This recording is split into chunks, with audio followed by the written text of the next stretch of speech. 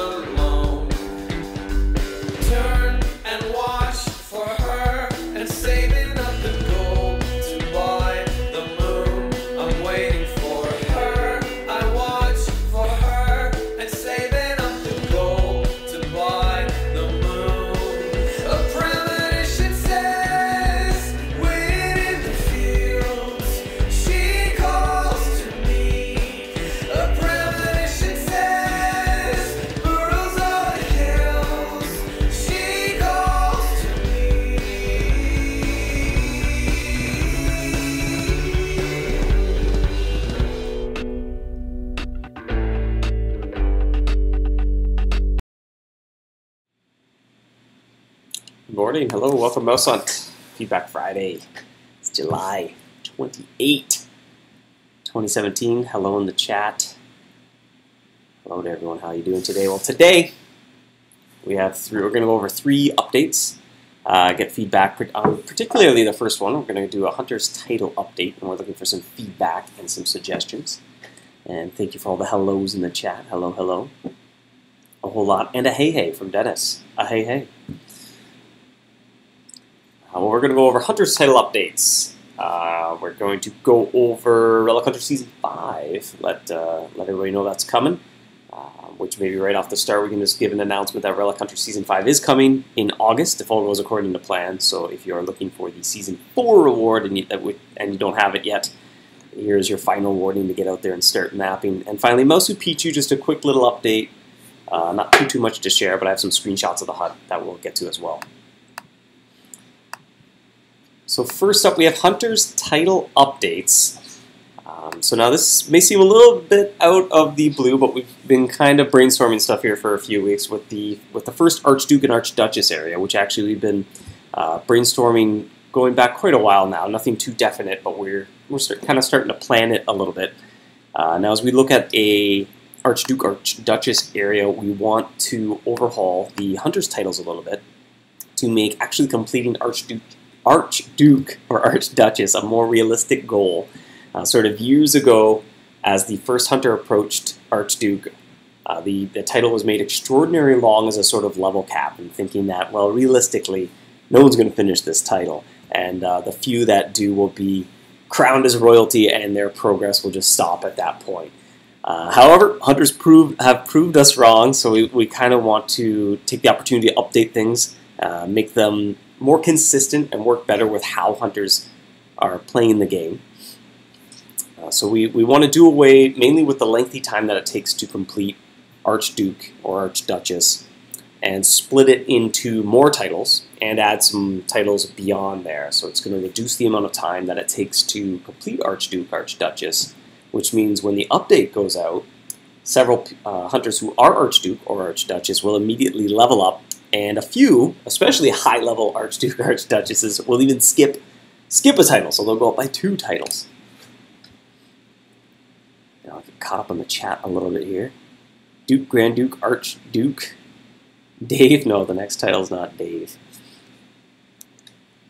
Friendly Archduke. Well, that does bring us to, we were looking for suggestions for more Hunter's titles. I saw one that actually was on the short list. I think a hunter suggested Vizier and Grand Vizier. Duck Arch.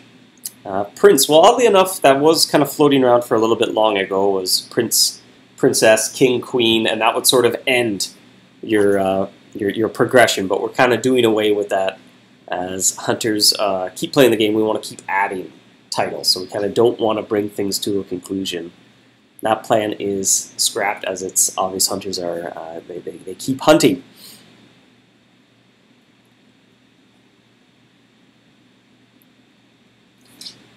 Some interesting suggestions in the chat. Related as well, but there's only one king of MouseHunt, says Ben. Well, long ago we were kind of thinking of doing an area where eventually you kind of you discover a new continent and you're ordained. But I think we have done away with that and instead make the titles kind of just keep continuing rather than bring things to a conclusion. Because it's just nice to always keep progressing in a way.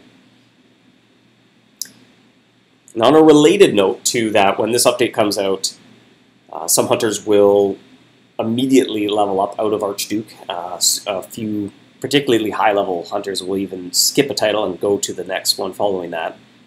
On a related note, we also kind of want to take the opportunity to sort of smooth out the curve a little bit to, when we split up Archduke, make it just kind of more consistent in the amount of time that it takes to level up. And so we've gone back to a lot of even the previous titles, and we've sort of just adjusted them a little bit. A lot of them have kind of shifted downwards a little bit to make room for these higher titles at the top as well. So when the update does go out, obviously a lot of Archdukes will immediately level up and some will skip a title.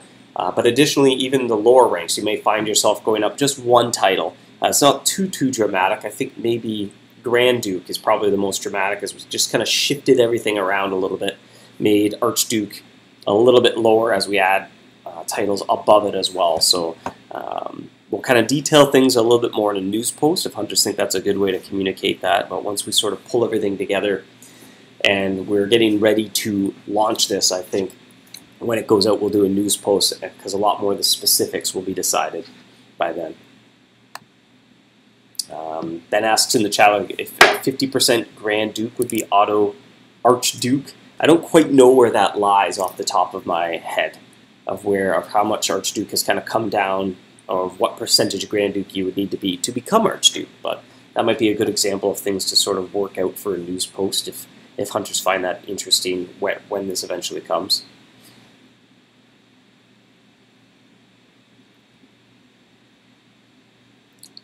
Yep, Jen says a news post. I'm going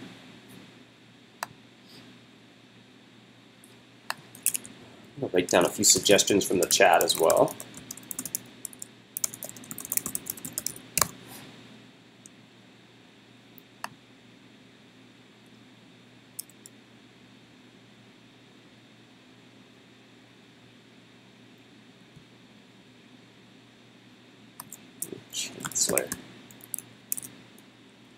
Chancellor.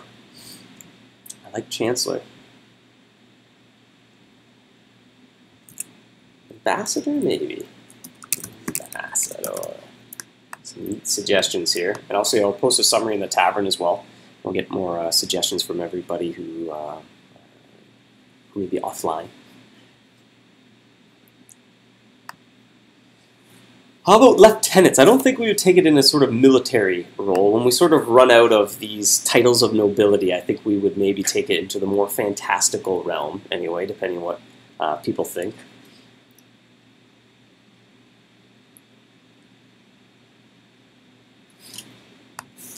Viceroy.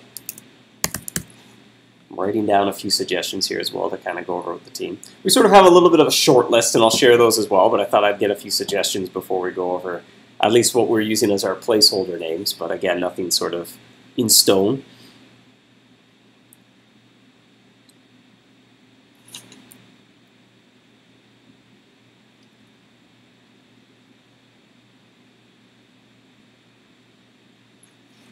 Star Wars titles. Now, I don't know if a star is I don't know if Jedi would be, one, for copyright reasons, and two, I don't know if thematically that would be appropriate for the world of Narnia.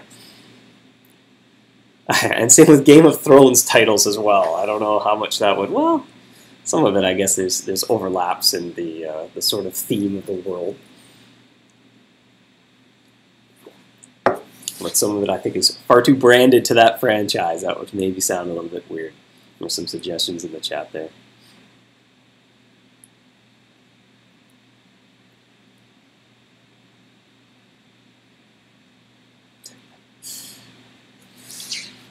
All right, so the placeholders we've been using here are one more title to sort of cap off dukedom, called Regal Duke or Regal Duchess.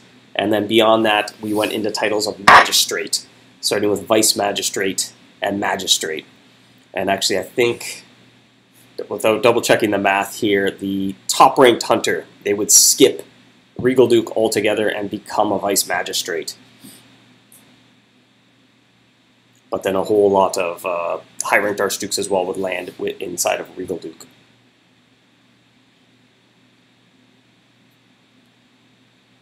I think we have enough Duke titles. Interesting feedback. Super Duke Plus.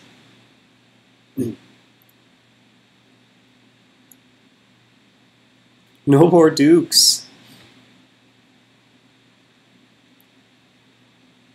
Yeah, a few of the suggestions I think we've passed thematically, like Earl. We've sort of passed where an Earl would lie, at least in the medieval world.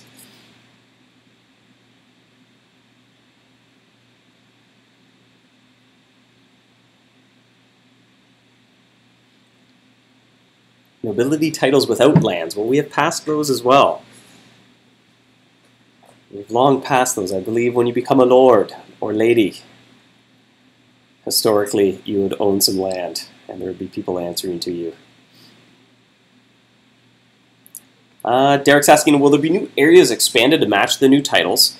Sort of with the theme of the dukedom. I think realistically, at least in the short term, that final sort of Regal Duke title would be potentially an area we would do, or potentially a title we would do an area for. And then kind of depending, obviously it's far too soon to say where we would go with titles beyond that, if there would be areas. But I think something we're interested in doing, we'd like feedback on, is kind of like in Zugzwang's Tower, giving unique abilities depending on your title. So hunters can all kind of still come and hunt together in the same location, but there might be special abilities that you have if you've leveled up a little higher. So that might be something a little bit more practical. If there's only 50 or so people with a specific title, there's still some content that's unique to them without an entire area, because I don't know if we could do an entire area and then only have 50 hunters in it at a time. We probably need something that'll more people will be able to play through.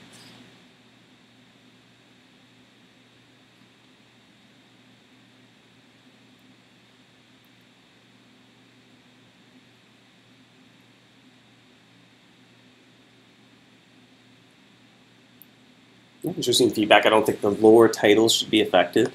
We'd like to do that to sort of smooth out the curve a little bit. There's also some areas in the game where the timing is perhaps a little bit out of place, where you finish all the adventures and you're sort of completed almost everything that you can do, and you're just kind of waiting to level up. So we kind of want to take the opportunity to smooth that out a little bit, especially right at the beginning, sort of the way the windmill and stuff plays out, even with adventure book rewards. That was another update we did with Adventure Book to try to alleviate that a little bit, to try to smooth it out so that as you complete the adventures, you're leveling up, but we kind of want to take the opportunity to hopefully kind of fine-tune that a little bit more.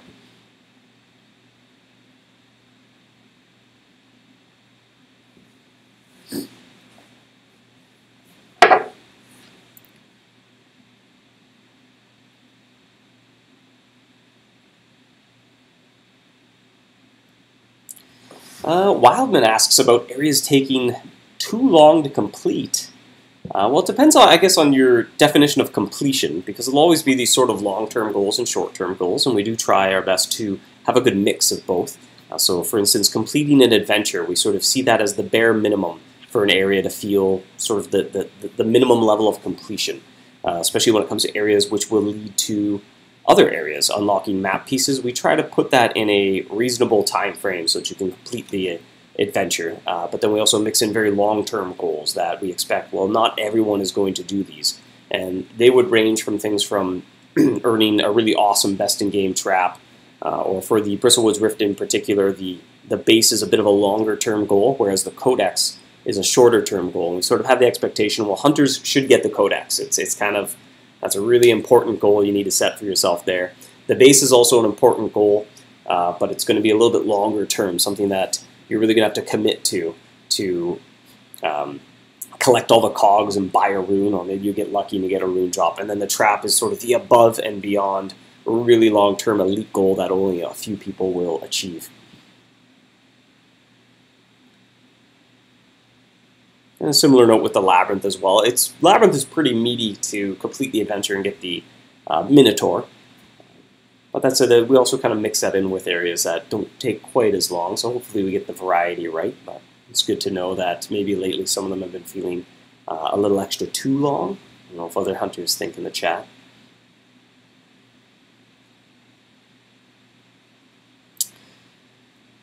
Ben asks if it's time for another big tactical trap. Well, we're kind of leaving the Chrome Sphinx as the best in-game tactical, at least for the time being.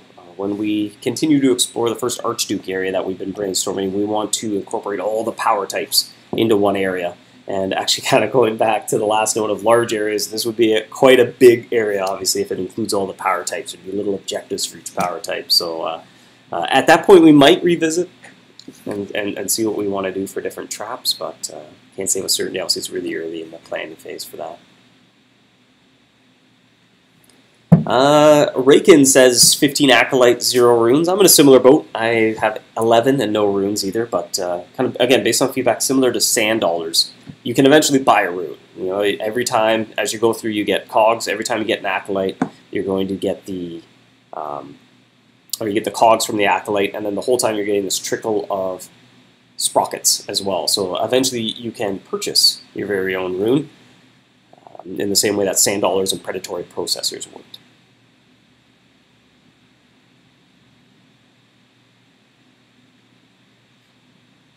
All power types, law.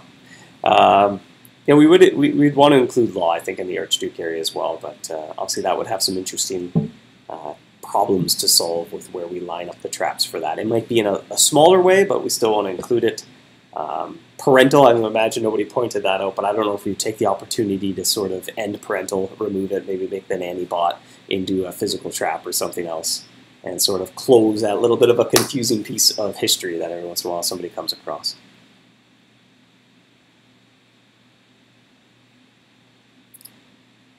Mouse asks, shouldn't Ronza bring the Chrome Oasis kit every time since it's not the best hydro trap anymore? Well, she just brings the kits back on occasion.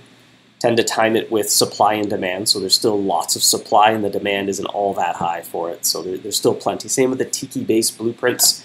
They've been on hiatus for quite a while, but there are certainly more than enough of them on the marketplace. They're relatively inexpensive if you're looking to get that base.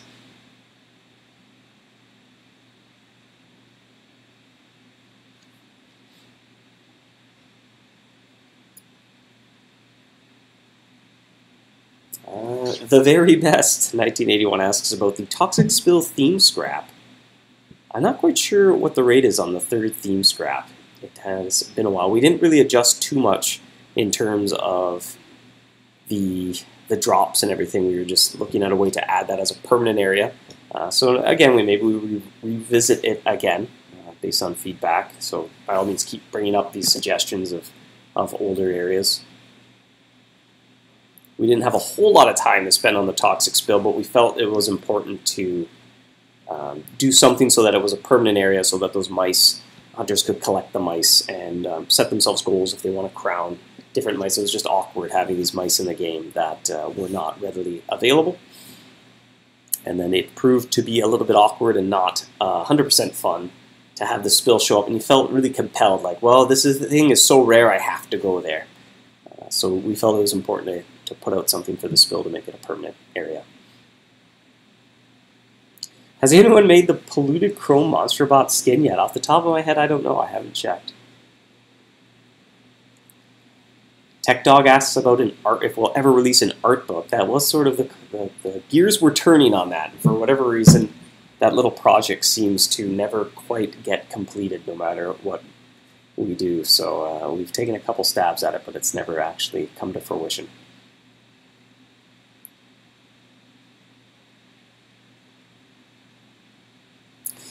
Mutant Ninjas dropping it are too rare. Well, we kind of wanted to see the effect that the spill being permanent would have before we got in there and changed too much about the way the content was set up. But it's good to know the feedback.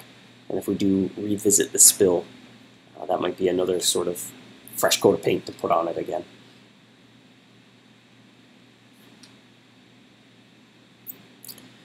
YouTuber from Oz asks, will the Android app allow sounding from the notification? That is actually on our short list here, the little backlog on our roadmap of things to work on.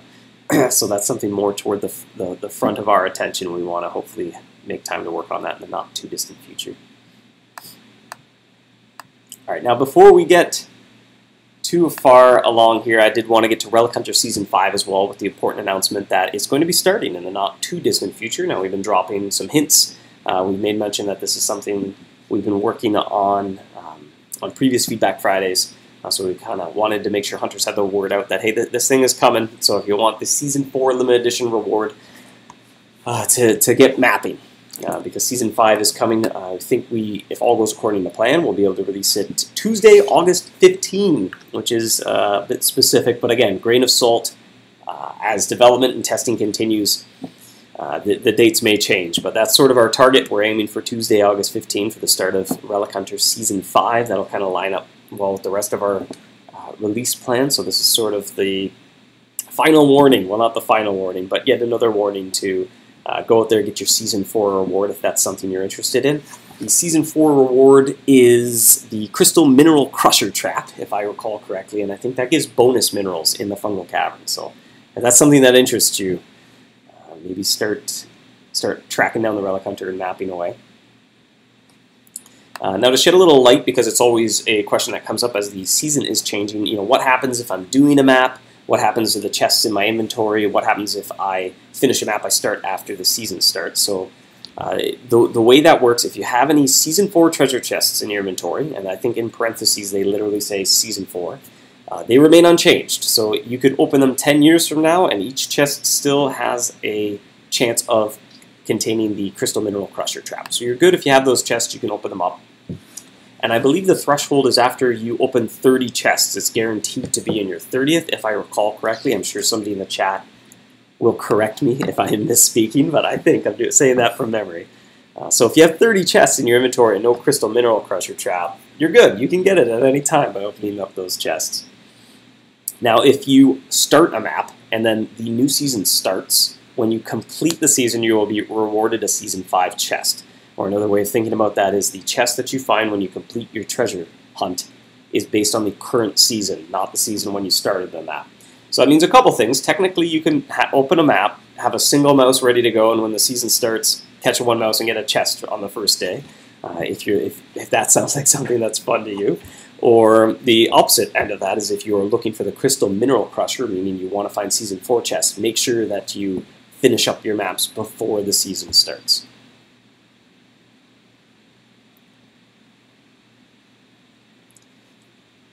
Yep, guaranteed after 30 tries. Thank you, Benley T.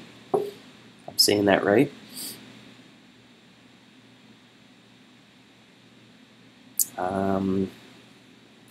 I freaking heart music in the chat asked about the ultimate iceberg base. All the effects should stack as far as I know, so if there's two effects in the same zone of the iceberg, they should both work simultaneously. Will Relic Hunter theme scraps be affected? Actually, that's a good point. I forgot that's also a very popular question that comes up. The theme scraps are not limited edition, so you can get them at any time from any Relic Hunter chest, starting from the season in which we launched the theme. So I think that was maybe Season 3. I don't know. I think, again, somebody in the chat I'm sure will correct me. But the scraps remain unchanged. So if you don't have the theme yet, it's not going away. You'll be able to find the theme scraps in Season 5 chests as well. But it is certainly a challenging theme to create. You do have to dedicate yourself to doing treasure maps to track down that theme. Hints on the season trap. Actually, I wanted to get feedback on that as well. We're planning the Season 5 limited edition reward will be a base that will help you collect all 4 varieties of ancient charms. So kind of tying in with the theme of Relic Hunter maps being how you find ancient charms, and the Relic Hunter mouse having all these maps leading to buried ancient charms. So it'll be a limited edition base. When you arm it and you capture a Relic Hunter mouse with the new base armed, she'll steal a relic or an additional relic if you're not maxed out on scroll cases, and she will drop several of a variety of ancient charm, including the ultimate ancient charm. So while you're trying to find Relic Hunter scroll cases, you can arm this base, and basically in a sort of mechanical way of thinking of things, the base will convert your ancient relics into ancient charms. Or another way to think of that is it's like you get extra ancient charms with all your chests without having to actually complete the map. So a couple different perceptions. Just saw some positive feedback in the chat, so a couple ooh nice, cool, yay base. Maybe the variety of seeing a base instead of a trap.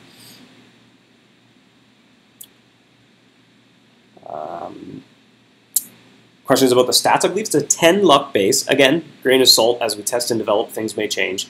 But we're sort of putting it in that 10 luck tier. A lot of event bases, like the Jade bases, have plus 10 luck. So it'll be sort of a similar tier. It's not going to be the best base in the game, but it's also going to have some decent stats so that you don't feel horrible for arming it. If the Relic Hunter happens to be in an area where the mice are a little tougher, you can still put it to use. Better chests for dusted maps, asks Ben. Well, that's interesting too. Any other feedback about Relic Hunter? We usually take the when we launch a new season, we take the opportunity to do some adjustments or quality of life improvements to the rewards or just how maps work in general. We did pick out a few, and actually I didn't write this down in my summary, but let me go track those down. Let's move this here so I can see the chat.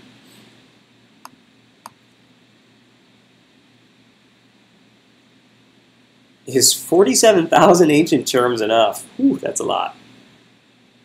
Might need something where you can upgrade them into ultimates so you can realistically use them quicker. But I would start using them. If I had 57,000 ancient charms, they would be my go-to. That's all I would use, I think. And even just hunt in the meadow, I'd just be hunting with style, just throwing down those ancient charms. So let me see. I'm just refreshing my memory of a few of the little quality of life improvements that we're planning. There's a lot of lists here. Okay. We're modifying the data layer a little bit, but that won't be too exciting to players. It's more of a technical thing.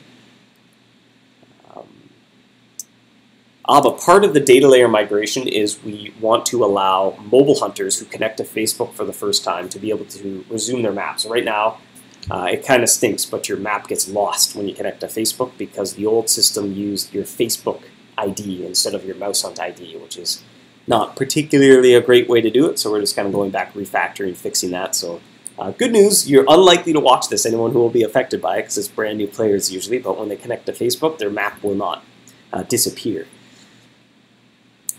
We want to allow, what's this other one here? See the location of your friends while you're inviting them. So in that list of friends where you can see their title, their number of clues they've collected, just put their location there as well. Seemed like a suggestion from players to help kind of narrow down your choice of who do you want to invite to your map. And there was something else as well, but now I seem to have lost it. Felt like there was one more. Oh well.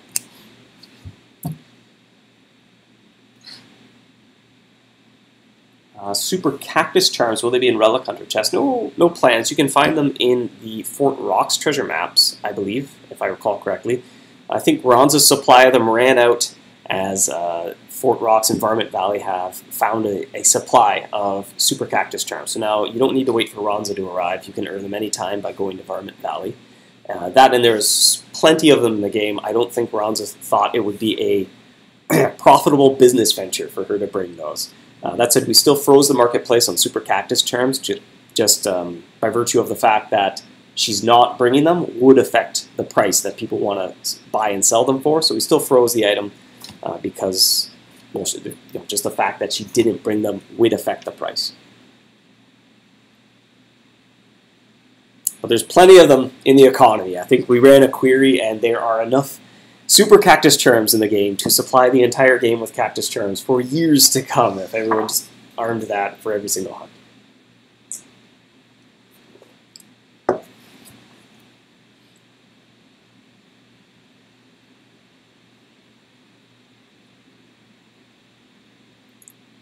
Well, saving up for for Cactus Charms, well, there are a variety of other charms.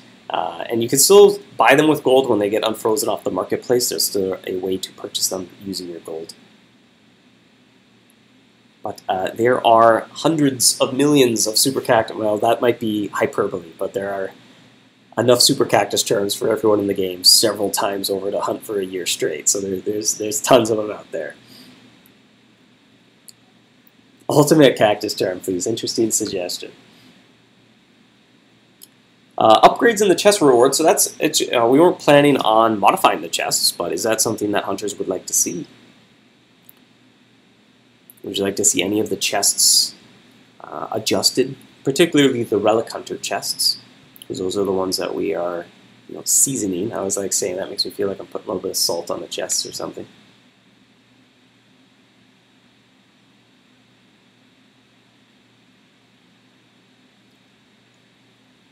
Acrylic in the chat asks, is the economy of MouseHunt going to remain so high? There's obviously a little bit of inflation, and as you go up in the titles, your ability to earn gold does go up.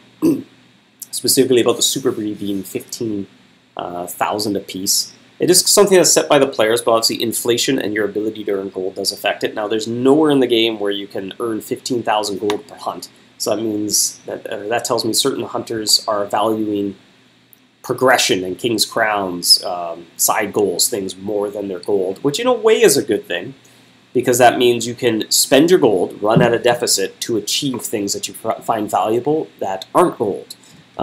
So that's interesting, but also as well it introduces a bit of an awkward problem where if you don't have access to areas where you can earn a lot of gold, then certain items are out of your price range. Now, kind of open up to feedback and suggestions of how we can try to massage that a little bit, but it tends to be something that happens over time, especially the longer that a game goes with an open economy. Inflation is sort of a natural ebb and flow.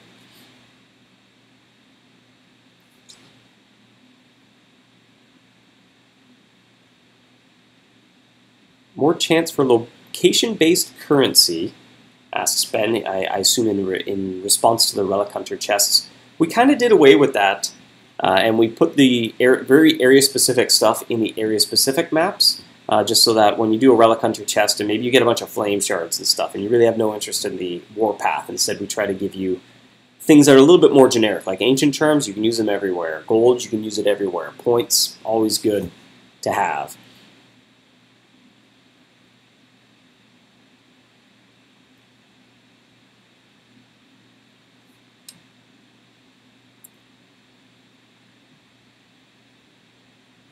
Raphael asks, will crystal crucibles or really, really shiny precious gold have a use in Moussu Picchu? No, they will not. I mean, I suppose plans could change, but I would be shocked if we changed our plans that drastically.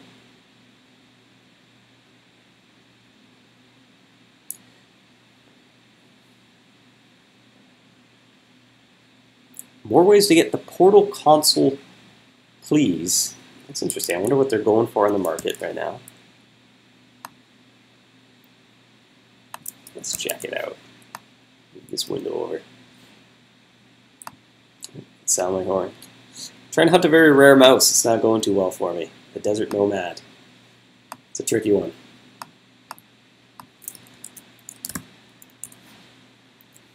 Oh, it's a 1.6, and the mouse rewards a million gold, so I don't know. There's quite a few of them out there.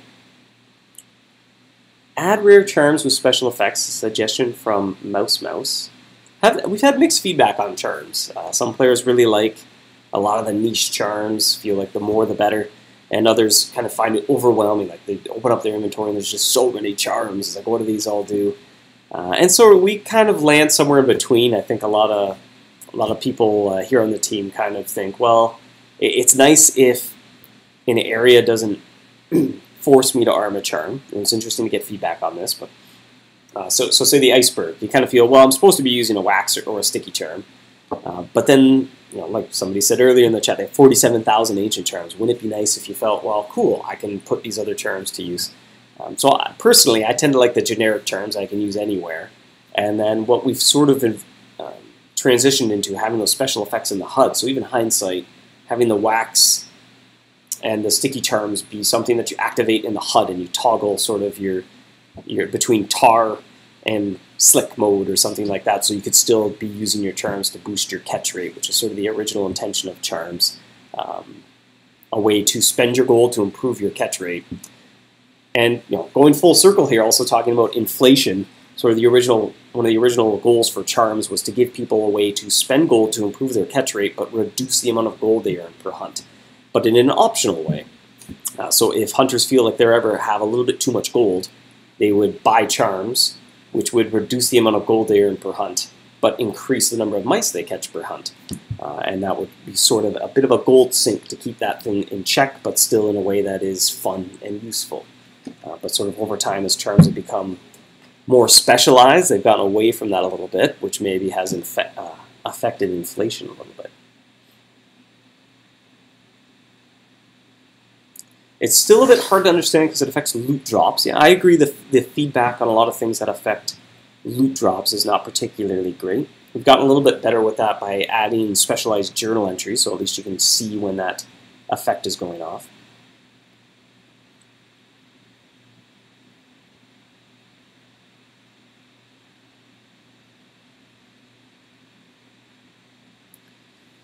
Travis asked about trap check rewards. I don't think I know what you mean by that. You get the same mice whether it's a trap check or you sound the horn.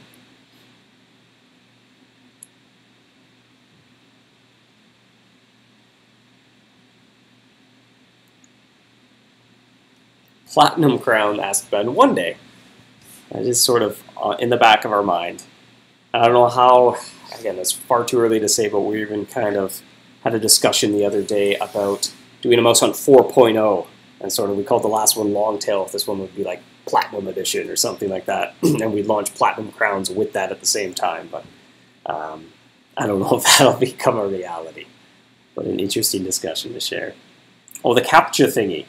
That is in our idea bank. It's not sort of anything that we're giving too much priority to right now, but the King's Rewards, certainly making them a little bit more fun without also making it so that you feel, well, I better run an auto refresh script to get as many of these codes as I can. So they are just kind of something that helps us, one of the tools that helps us track people that are using auto refreshers, and then amongst other things that are going on as well. So it doesn't have a huge priority at the moment to make them too more useful, I guess. Is a little awkward if one of their functions is to see if you're running a bot, and then if they're too good, then you feel like, well, I better run a bot because that's a good advantage. I get all these big juicy King's rewards. So there's a little bit of a horse and cart thing going on. The Platinum Tourney Base, another comment in the chat. Sitting in our idea bank is a bit of a tournament overhaul. I think we would wait until we add new tournament types, maybe revisit that whole thing altogether before we did the Platinum base, but no immediate plans for that. And then we'll transition here to Moussu Picchu, and I'll keep an eye out for other generic comments as well. I wish one day I'll figure out why the chat doesn't work on the stream, but all these slides, they're supposed to be the chat down below. I don't know, maybe I need new software.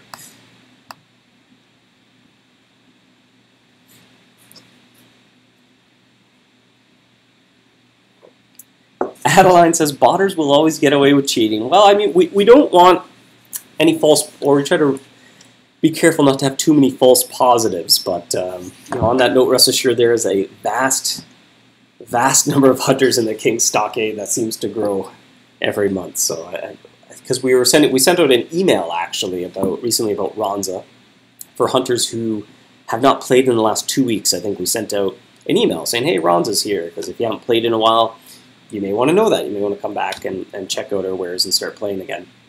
And so one of the criteria of the little query you run, like, okay, who's going to get this email? Well, you haven't played in the last 2 weeks, and you're not banned. And this sort of this list of like, haven't played in the last 2 weeks, and you're not banned. It went down like this. We're like, that's a lot of people that are banned. Uh-oh. So it does something, but on the same note, we're careful not to have too many false positives, because that sounds incredibly unfun if one day you wake up, you can't play MouseHunt anymore, and you haven't done anything wrong. We try to avoid that the best we can. Yeah, and in the chat, if you didn't get an email, like I said, we only sent it to people who were inactive, because odds are, if you're actively playing MouseHunt every day, that you would see the little notification pop up in the inbox, you'd see the news post, you'd see the page banner, you'd see the fan page post go out. So we assumed you knew, and that we didn't need to send you an email, because getting too many emails is not I'm open to feedback on this, but I know a lot of people don't like to get too many emails in their inbox, so we try to be cautious about how many we sent out. We didn't want to overdo it. Anyway, Moussu Picchu here. So we've gone out, we've done a few sneak peeks of Moussu Picchu before. I mentioned sort of the theme is a lot about rain and wind, and you're going to be creating different types of bait which attract out rain and wind mice, and capturing those mice will cause the weather to change. And as the weather changes, different mice start to come out.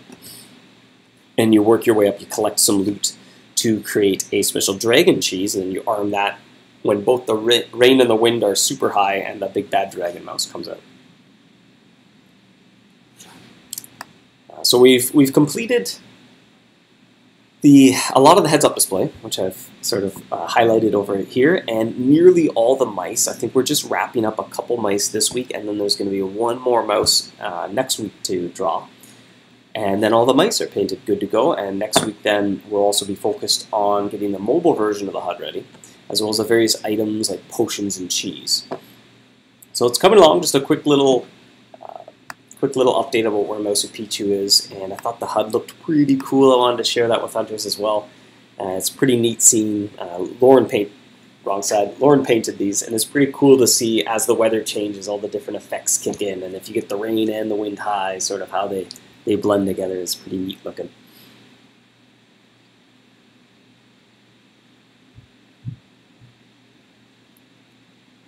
Will the new area extend the map? I believe so. I think Jacob's going to paint the map. He hasn't painted it yet. I think that's kind of scheduled for a couple weeks from now. But it is going to be in the Hollow Heights region, so it's going to extend to Hollow Heights because it's very mountainous themed. You're going way up into the mountains, into the clouds, and so you're going to climb up into the heights of Hollow Heights. I like Ben's comment. We just got a heads up for the heads up display. Yeah, two different connotations, same word.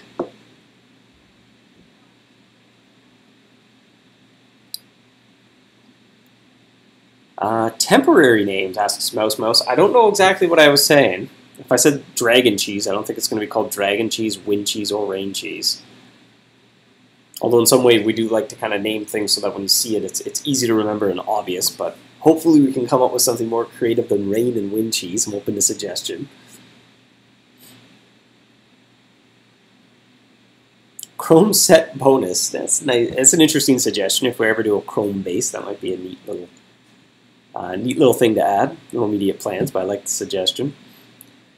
Ryan asks, how does glowing Gruyere work here? Well, it's a little early to say. We're not exactly 100% committed to it, but we're going to have glowing Gruyere as just another option of using Brie, Gouda, Super Brie, glowing Gruyere. You can use any of those cheeses to kind of farm the base level loot that's used to craft the rain and the wind theme cheese.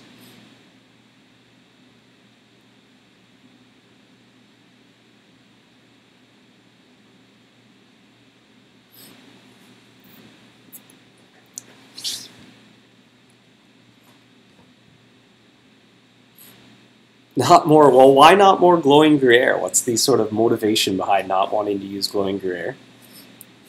Some comments in the chat. It is a Hollow Heights region. We've sort of grouped those together as the growing sort of fungal area, which is interesting because we get other feedback saying you want to, instead of constantly introducing new items, find new uses for existing items as well. So something we've tried to consider every release going forward, like can we pull an older item into this?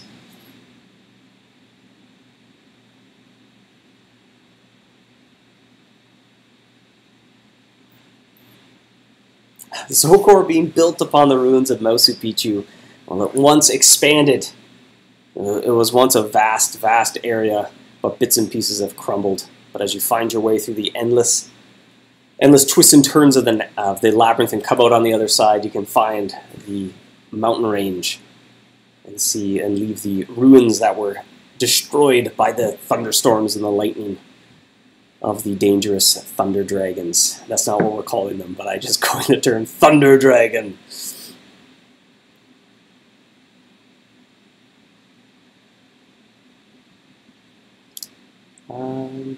Okay. I see the feedback of not wanting to go back to the labyrinth or the fungal cavern to get more Gruyere to use it here. we've incorporated in a very optional way, and as well, because you can use it here, you also collect it here. So we'll go into a little bit, I'll take this feedback with me as well, but we'll go into a little bit more detail as things come together, and we haven't really even fully play tested this, but on paper it looks pretty neat where while you're collecting the rain and the wind cheese using, say, just Gouda, you get a trickle of fungus and nightshade as well.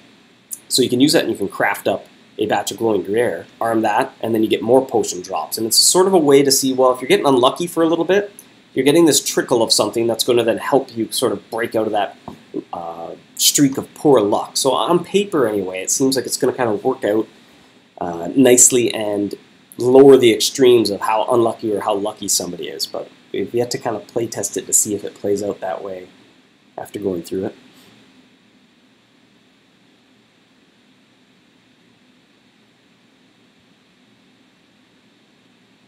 And yes, nightshade, you'll be able to collect both fungus and nightshade here.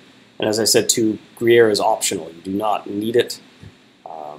Even less so than, say, the Labyrinth. There's some areas where maybe you don't need to use glowing Gruyere in the Labyrinth, but there are times it's like, well, I better use it here.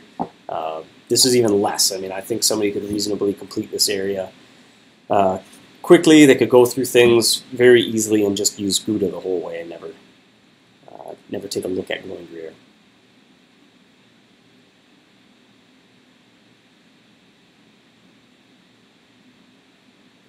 Inferno Havarti, comment in the chat. I don't think we quite want to pull that in just because how you get it is so dramatically different. It just wouldn't quite be a good fit, especially because the dragon-themed cheese is sort of the big final one. So it'd be a little bit like, I don't know, taking the dragon cheese and then having it be the thing that attracts the crystal behemoth in the fungal cavern or something. It would feel kind of weird on the first day it comes out and just like, cool, I got the boss cheese and adventure complete.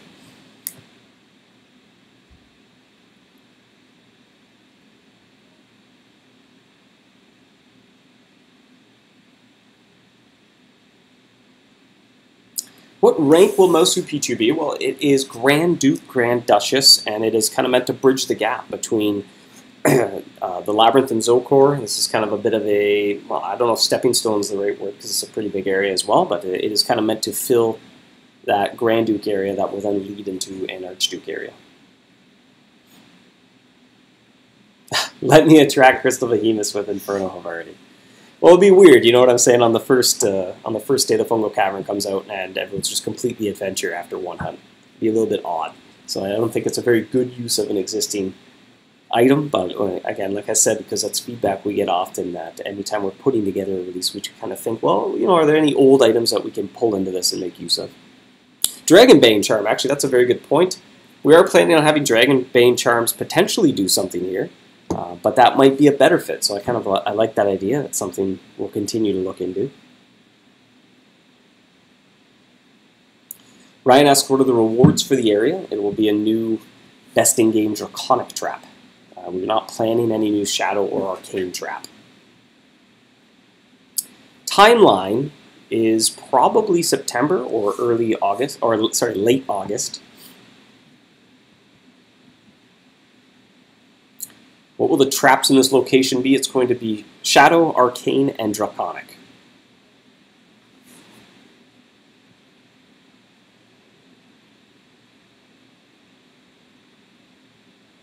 Yeah, Shay, that's an interesting suggestion as well, of just combining random things to be able to poke them and get decent rewards, but there might be a problem where if you can just sort of throw all your old items into this big garburator, and it pumps out a whole bunch of other random items, then it's like, okay, well, now I got some other random items. Let's start crushing those down. But if you get fewer items back than you put in, that actually might be a neat idea, a way that if you're really never going to use this big stockpile of cheese, there's just this machine, and just throw in items, and I'll give you random stuff. But, you know, for every 100 items you throw in, if you only got back 75 or something, then you could just kind of keep trying, and eventually you could use up these items that you thought, well, I have no use for them. So that's a neat suggestion.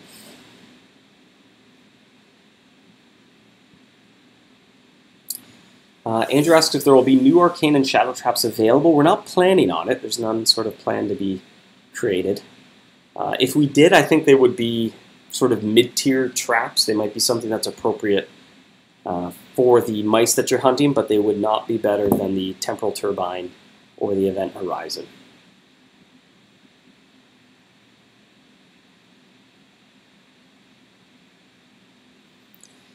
Will the labyrinth traps be necessary? Well, of course they'll improve your catch rate.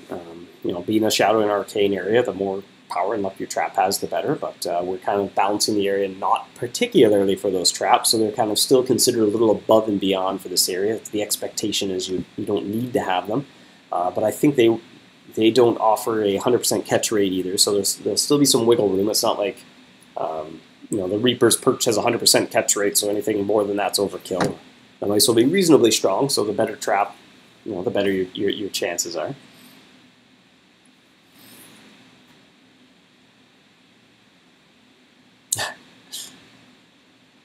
And asking, what happens if I accidentally put in my sandblast? No, well, there better be a confirm on that if we ever did that Garburator idea. Actually, when we were looking at the Toxic Spill Overhaul, that was one of the ideas of, we were kind of calling it Garbage Island for a little bit. And it was the idea of you would take a whole bunch of stuff from your inventory to power this incinerator, and the stink would bring out the mice, and that would control the contamination level. But we couldn't quite make it work.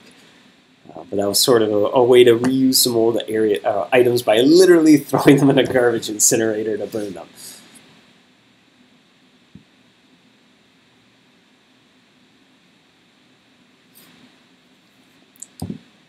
Yeah, flame shards here. I could see Brian pointed out, I could see the connection there. Dragons and fire, that might be something to keep in mind. Dragons like precious gold. They do like to hoard their treasure, I think, dragons. If we do something else with the really, really shiny precious gold, though, I think it might be something that's a little bit more consumable, that would provide a more steady demand for it. And it might be something that's more related to the labyrinth. But something to keep in mind, but I don't think we'll find a good spot to fit it in for Moussu Picchu.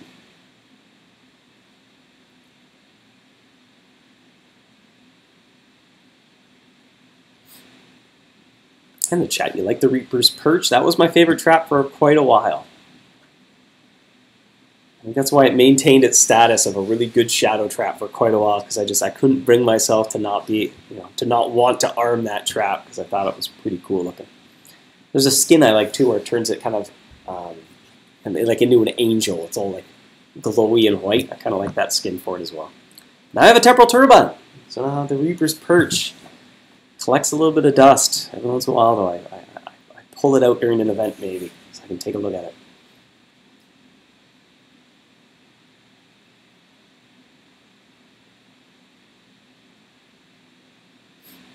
The angelic, yes, the angelic. I think that's what it's called, the angelic skin for the Reaper's Perch.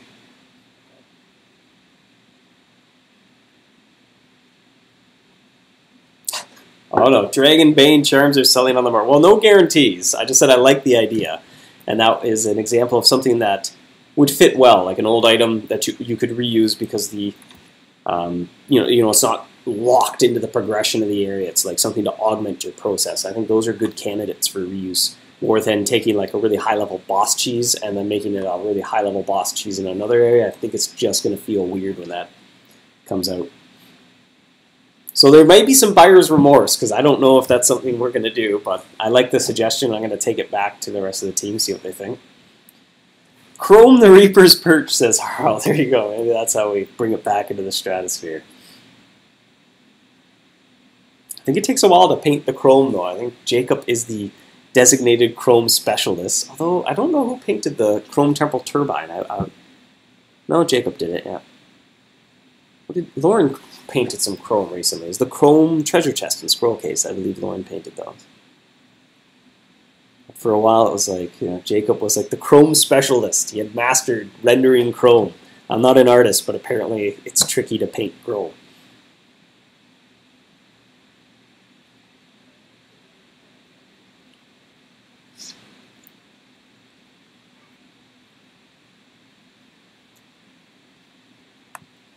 Which brings us to the trivia, which I didn't prepare that part. Here we go. This was the slide I prepared for the trivia question, so here we go.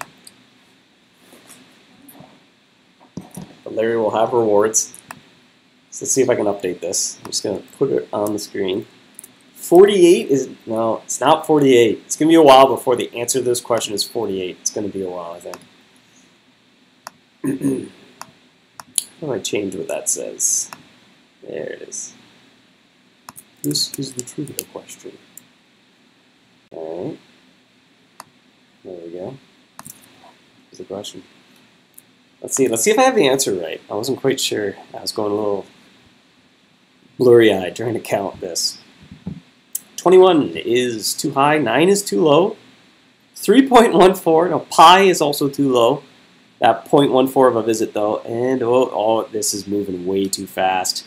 I got to really pay attention now. I haven't seen the correct answer. There we go. I think YouTuber from Oz got the answer correct with 13. Did you know 13 is the correct answer, Giorgio? 13! 13! 13! Hey, 13! Wait, have you ever done it here before? Yeah, I think so, yeah. 13 is the correct answer. Can you guess the question? Like the Jeopardy, okay. Ready? Oh, it's like 13! 13! This is my name tag. Giorgio? What is a number that's odd above 10? You just broke Jeopardy because there's two answers to... Yeah, what if like the answer on Jeopardy? Just broke Jeopardy. What if there's two questions that have that answer? Like, what do they... Well, it's the one that they picked. Yeah. No, because it's very specific. Yeah, it's pretty specific. It's like... It's not just like 13 yeah. with a period after. It's like 7 plus 6. Yeah. Or maybe it's like 6 plus 6. Oh, wait, I mean, sorry. 6 plus 6 plus 1. Get off Jeopardy. So the reward. So what do we think about that? The question was, how many times... How many times? How many times? How many times? Got it. Okay, now what's a more clue thing? It has to do with a very recent occurrence in the game. Toxic spills? No, more recent. What? More recents than that. Recents? Like increase the number of recents. Chromes. How many Chrome related? kits? Ronza something or other? Yeah. How many times has she visited? There you go. 13? You just won Jeopardy. Yep, 13. 13 and 9 am I incorrect? Years? Am I incorrect? Has she had some years where she came a couple times? Yes. Because the first year she came was Friday. At the end of the day, Jake, I was like, hey Jake, quick, draw a Chrome version of the Death Ball. Let's just throw it on. It's really rare. And we just pushed that live. I think it was just me and him left at the office that day. I think so, yeah. Yeah. There was a year she came twice, I think, like in November and December. It's like, so soon. Oh, doubles. Okay.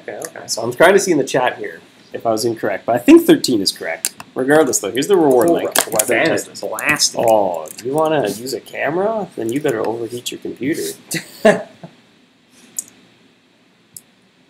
Just testing this reward link. I'll post it in the chat. Ooh, it's juicy. Le chat. Correct. I hope. Reward. Ooh, with it. You know, reward with a capital E.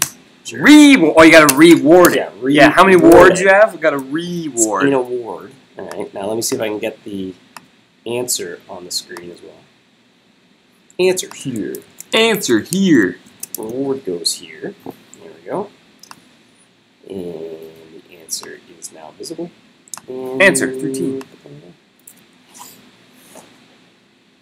Oh no, temporal shadow plates. Re-gift. Again. Oh, 12 temporal shadow plates each.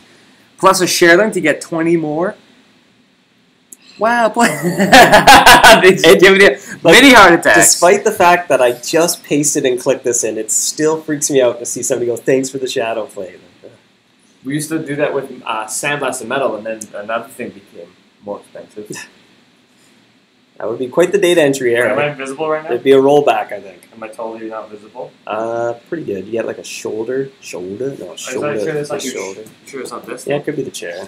What about, oh, dude, I could, like, oh, okay, pretend I wasn't here. Just wait 20 minutes down the road and just appear. Hello! There you go. That was my trick. Yeah, Larry still has all those plates. Are we ever going to take those away from Larry? Or? Those are his. Yeah, that's right, I guess. Fair and fair. I don't know where he procured those plates. Johnny's Procurement Depot. Come on down to Johnny's Procurement Depot. We got tons of plates.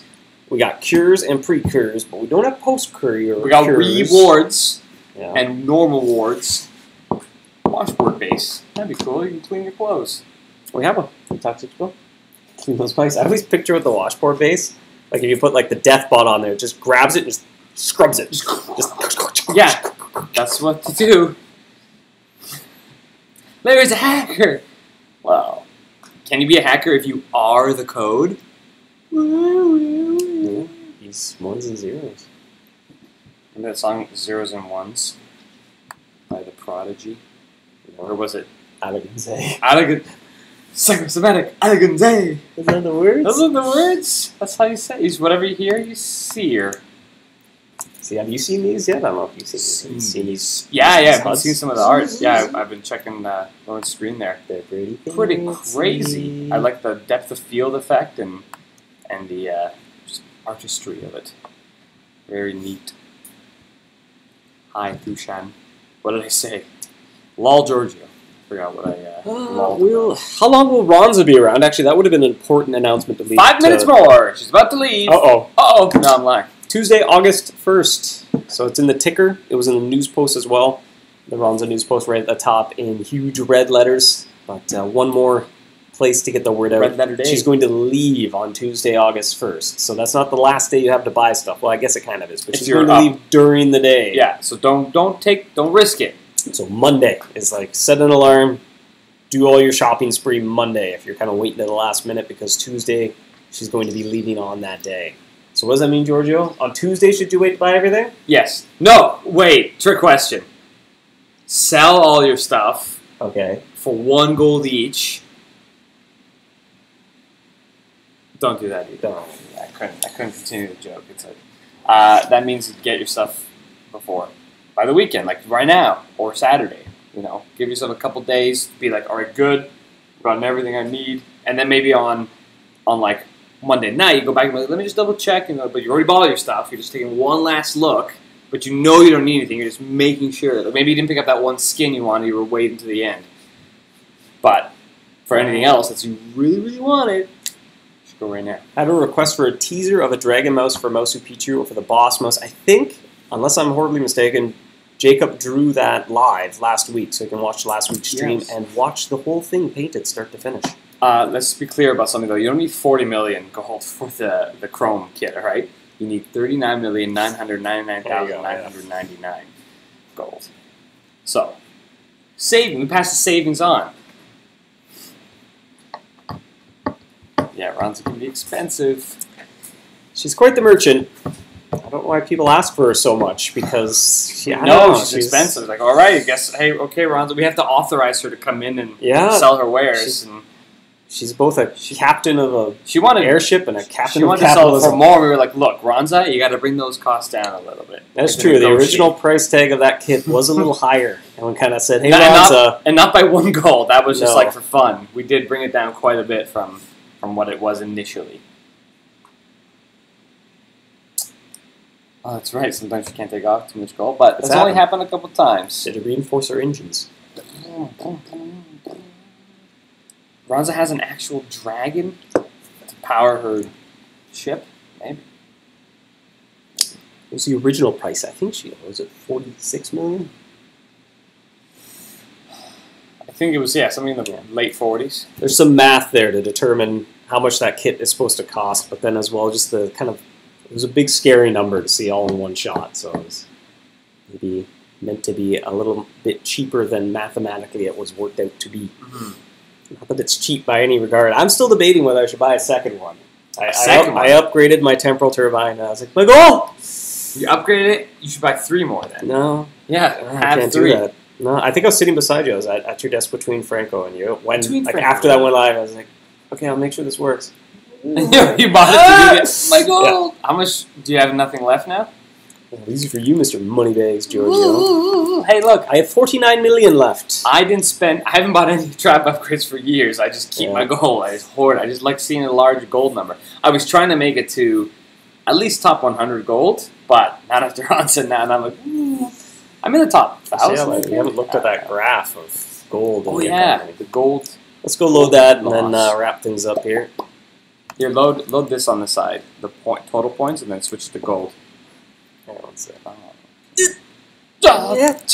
Anyway, I'll just take a And screenshot of this. this thing is just, it works still. Yeah, I know. That's Flash, so in 2020 it'll stop working.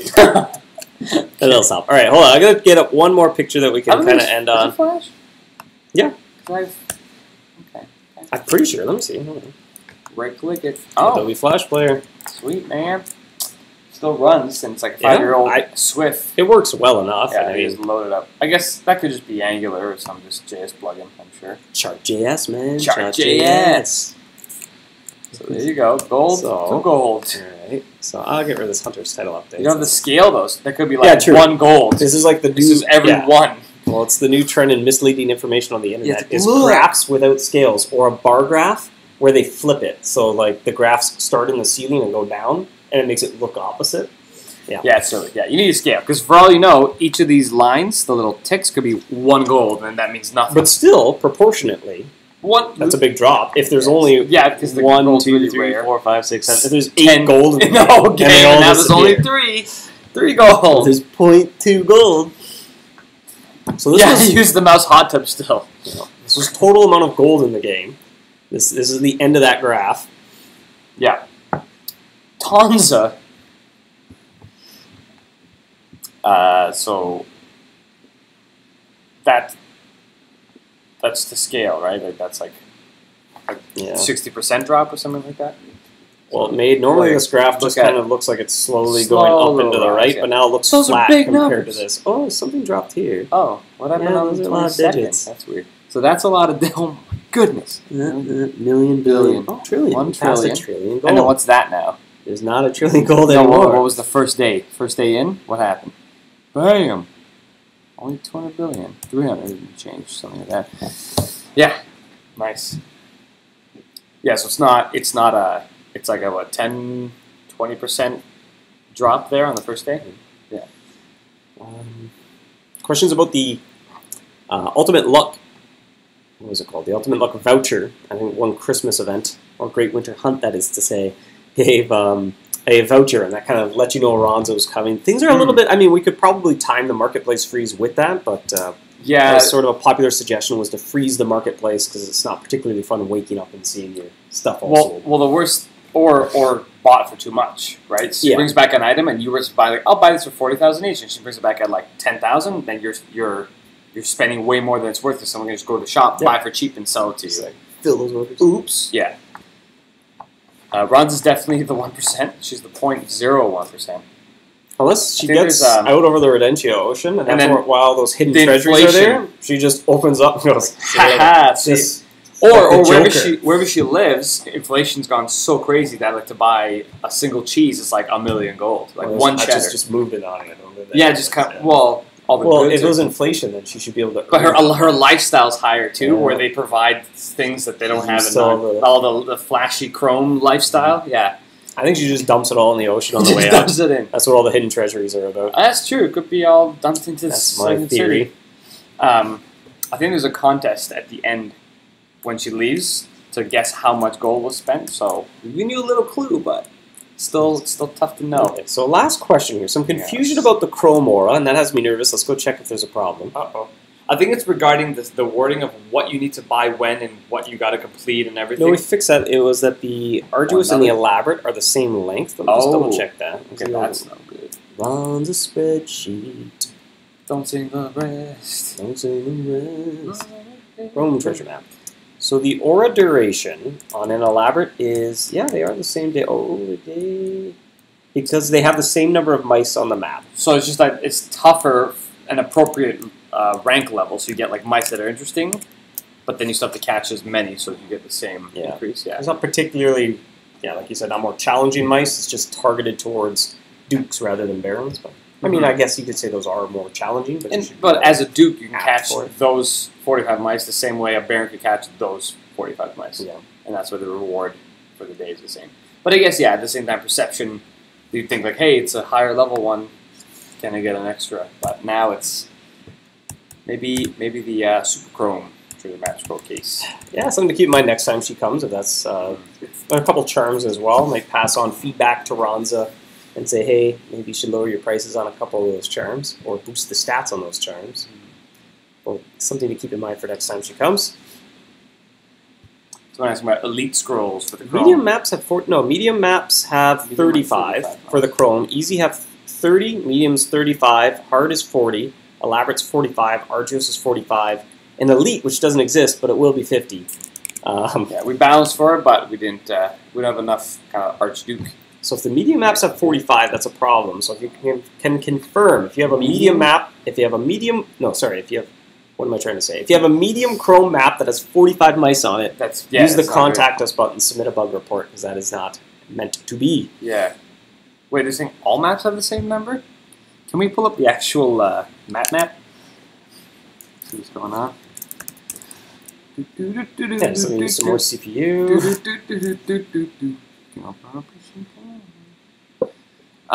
One day, every other project I use Sublime, but for I don't. Is there what is it? There is one. Is this still opening? There's one. Well, my CPU is just like. There's one map that is elite. Which one is that? The Toxic Spill. There's an elite. That one go elite. Oh right, because there's Archduke. If there's an Archduke area in the game, there'll be enough mice. We're just kind of to collect I put this on the forums as well. We have the elite map there just because every time we add a map, we'll update it to keep the elite up to date, so that when we get there, we don't forget to do it. Dump in a bunch of Archduke mice. Yeah. So we only need open. Let's open up Chrome Chrome map. I don't know how this. In the trigger map definition. Can you not do this? Oh boy. Just not used to this. Well, we can just check this a little bit. Chrome easy. This fan is going nuts. Yeah. Well, 30 in the That's easy. 30. That's. Yeah, let me just open this folder. Yeah, that would help. Content. Treasure maps.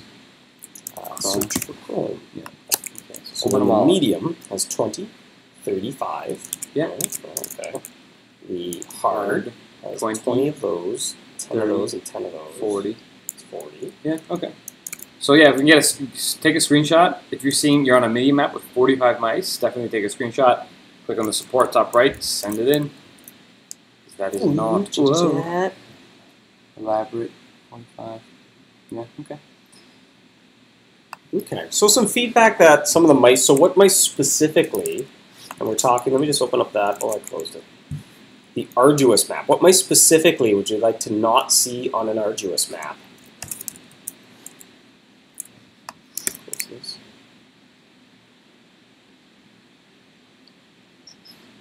Ronza. Master 1. Zocor. All right, let's check out Zocor. Or arduous, no Zocor mice. The Eladon. Masquerade, I guess. What? Oh, yeah, down here. Oh, the boss. Oh yeah, the Mana Forge. The bosses for the tiers. It's the same mice every time. Is it? That's. Oh, it's always the same 15. Whew. Yeah, that's spicy. It's a spicy meatball. Alright, well maybe. Well, I don't know if we can extend your time. Alright, so we'll take a look. Maybe we can make those arduous maps. Tweak some of the mice on them. Well, if you go back actually real quick, if you decrease the count here so it don't always grab the whole bunch and then add a feed back to this to keep the numbers the same. Look at the fire. And that would make it a little more tolerable. See your 10 there. So let's do this. Primal. So if we do this. Come on down, you're the next contestant on the map. And then you can just kind of whoop. Yeah, double check for duplicates. Nobody likes you. A Dark Templar as well then, right? After that, nobody so likes you. No, those only show up then on actual Zocor maps. Yeah. Okay. I don't know if their war time's the same, but that's fine. This guy is like, hey, what's up? Yeah, because we still war time's the same. You have to catch the same number of mice. Something like this. Live coding, where you can't see the code happen. That's a big combo. Select. Secret combo collect. select. Secret No, collect. this. Nobody likes you. The Nomad? Yeah, I don't like them. Well, while we're doing this, I'm getting rid of the Nomad. Can't you just get them in Murder Market? Yeah, but they're hard. Yeah. Okay, get rid of that Zocor mouse. Let be included. All right, yeah, we're adding leprechauns to all the maps. So the ultimate map.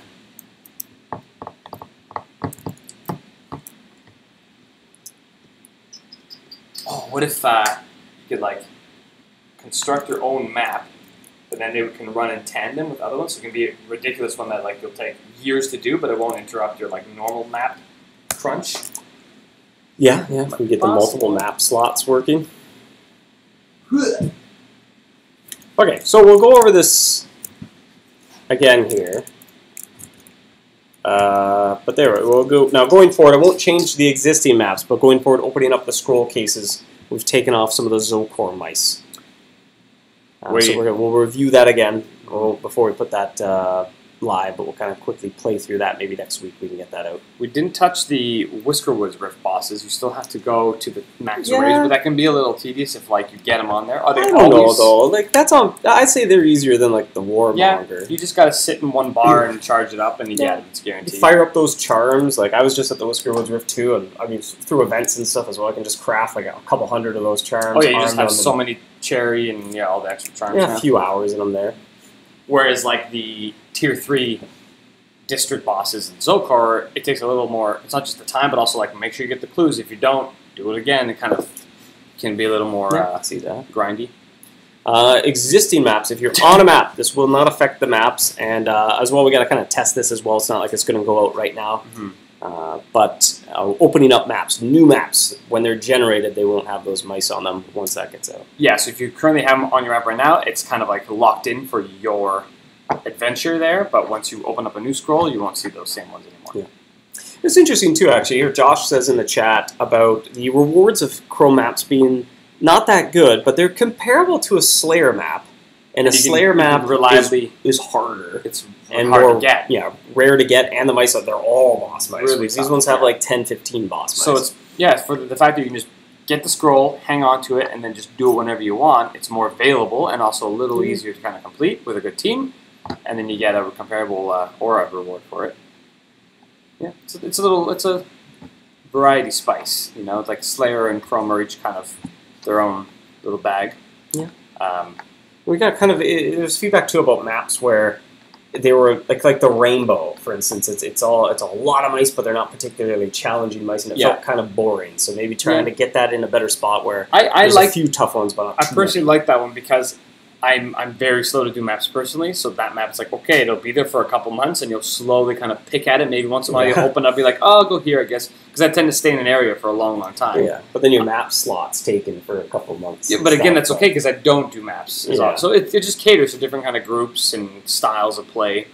But for sure, improving them so that more players can access and feel encouraged doing them even is always a plus. I would, hindsight, maybe we could change the length of aura, but that introduces some problems where if you've already opened it up. Yeah. And we have no way of knowing how you've opened it, if your aura should be extended. But I mean, maybe if we announce that ahead of time, it's something that we could do over the course of several days from now, so that you open up the maps, everyone's sort of on an equal footing. Everyone's has a chance to sort of use their aura. It's going to expire, hold on to their chests, and get ready. But a little awkward. Improvised armrest here. Yeah. Wait a minute, I didn't see this. Yeah. Just leaning on my knee a bit here. My knee. My knee. A suggestion for multiple maps at a time from Travis. It's been sort of on our radar, maybe at some point in the future, but no immediate plans. It's a good idea. It's definitely sort of within the realm of technical feasibility. It's more about how such a system would be implemented and if it would make sense in some regard to. And a lot of HUD changes as well. It's kind of a complicated layer of steps to get that going. Layer. Is it a layer of steps though? Like you go into L-A-Y-R or L-A-I-R. You go into someone's like dungeon. It's like there's just staircases everywhere. It's like an MC Escher painting. Yeah. My melt. Escher painting. Yeah. What is it like? What do they do? They do like this. Like my. What do they both do this though? They're both melding. I think they can. Like Both can both. Well, it depends on how you do it. I guess. Yeah, we should look up the science. The science of Vulcans. Like I want to know how it works. You have to have telepathic abilities. Oh. Yeah. You just use more than 10% of your brain. Unlock it. Unlock it. Are you a left or a right brain person? I use both halves, or I probably wouldn't be alive. Yeah, but can you do this? Yeah, I don't see why I couldn't. It's not that big of a feat. Bye, Kate. Okay, bye, Kate. Whoa, it is past. That's why, yeah, because I came here, like, normally quarter to noon, you're about done. I was going to come and say a little quick hello and be like, hey, what do we get for lunch? Just going to go Bam. until the CPU of my Till it computer melts. is just Till, like, exhausted. It bakes the paste in between and becomes a nice, crusty, buttery biscuit base. Buttery biscuit base. Well, all right, so we'll give the aura time some thought as well, but I kind of lean toward changing the mice that are on the map rather than the aura time, just because we don't have a way of then extending the auras of people who have already opened a chest. David, We'll take that. a very small person. Now, don't look back at me. Okay. Look like to the left. Hey, Dave, how's it going? Really, Like you're just short? Whoa. Well, kind But I'm of. also very small. Like I'm not behind you. I'm like next to you. I'm directly next to you right now, but I'm small. Yeah, I guess Hey, maybe. Dave. You gotta like take the depth perception out of it with the lighting. Like maybe if I'm really like Yeah, if the lighting was flatter, then Yeah. you just kind of be like, oh, hey, Dave. Whoa, you're huge. That's nice. why can only the person who opened the map invite others to join? Well, They're the it's something we thought about opening up where hey anyone can invite anybody, but there's some complications with it as well because you also can't remove someone from the map. So if somebody gets on the map, you're like, well, not that person. There's no way to correct it. So Yeah, someone's like, why'd you invite them? Oh my goodness. between the lines, overhauling the friend system so you don't need to be Facebook friends, I think would help alleviate that a little bit as Yeah. well. And we because you'd kind be of- able to have more friends. We kind of did that in a sneaky way with Teams where you can be like open, you link in, someone just hop in, and then you can close it afterwards, and you don't have to be friends. Yeah. But there's no way to open up a treasure map in the same way and let anyone hop in, like snipers, for instance, from the little bit of extra gameplay hunters have created themselves there on the forums. Yeah. But it's neat that the behavior and the kind of things that players do kind of give us feedback of what they really want to do and new interesting ideas to even add. Yeah.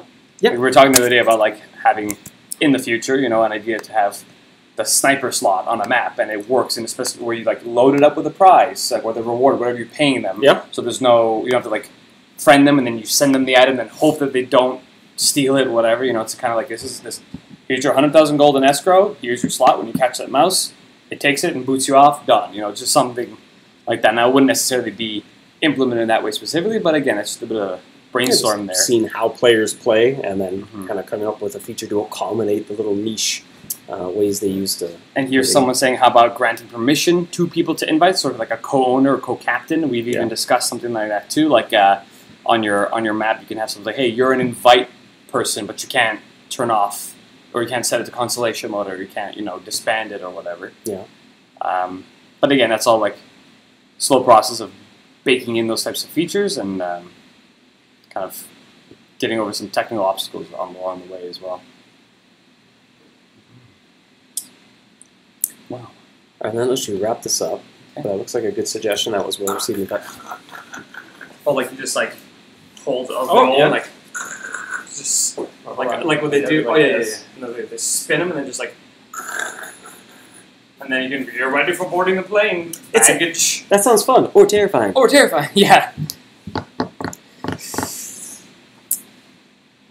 What do the devs think of snipers, leechers? Well, like we were saying, it's a kind of a cool idea, but it's unfortunate that also... Well, leeches aren't cool. Well, leechers, I guess, are cool, but the idea of hiring somebody to get a specific mouse on your map is cool. Obviously, there's some weirdness where maybe they don't do what they're going to say they're going to do, and whereas having an actual feature, a little slot where you could put a little golden escrow and invite somebody, and they capture that mouse, they get because it. you can't boot anyone. We've always discussed, or we've brought up before, and we said like we're not going to have the ability to boot someone from it because it gets confusing. Like, well, what if they caught some mice? If those mice get taken away, then that gets unfair to that player.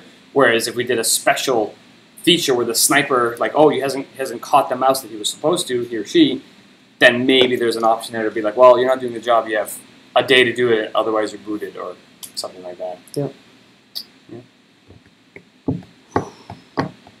All right, this concludes Feedback Friday. Thus concludes.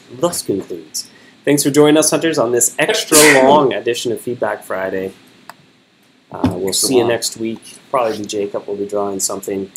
And then the weeks to come, we'll probably give a little bit more of a sneak peek about Moussu Picchu in the not-too-distant future. Thanks for joining us, and we'll see you next week. Happy hunting!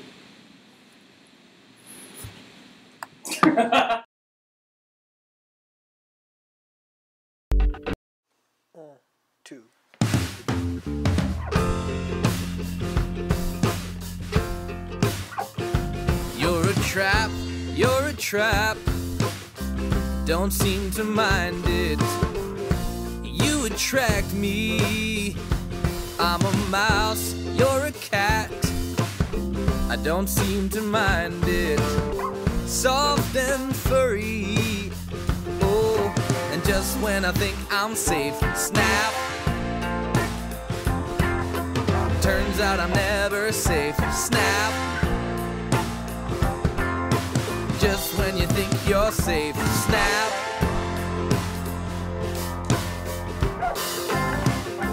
I come back. You don't seem to mind it, but I'm a fool. Broke my back. You don't seem to mind it, 'cause you're so cool. And just when I think I'm safe, snap. Turns out I'm never safe, snap. Ooh. And just when you think you're safe, snap. Turns out I'm never safe, snap. Ooh. Just when I think I'm safe. Oh.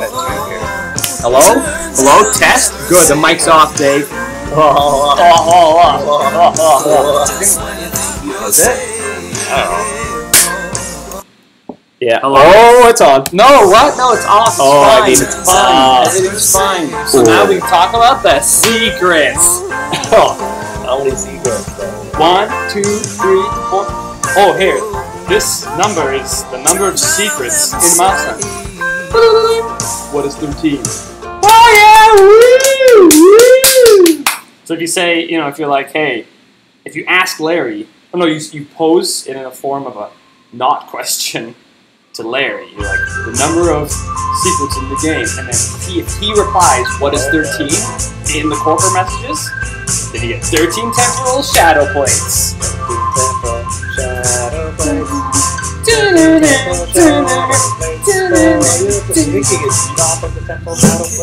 It's probably, no, because it doesn't exist. It's temporal.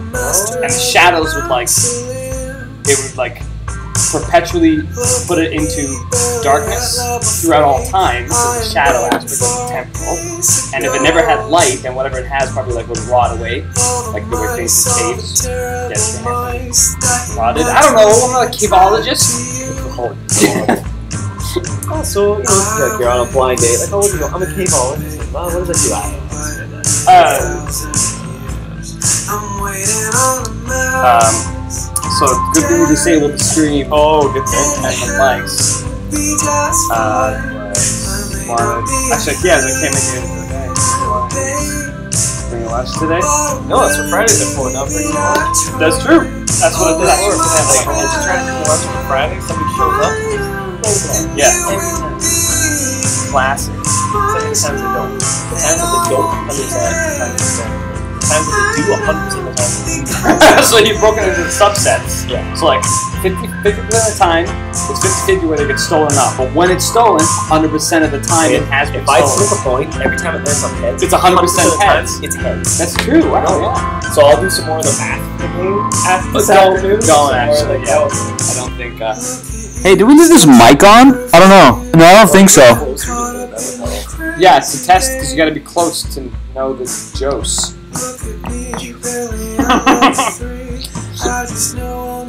Yeah, we know you can hear us. Gotcha!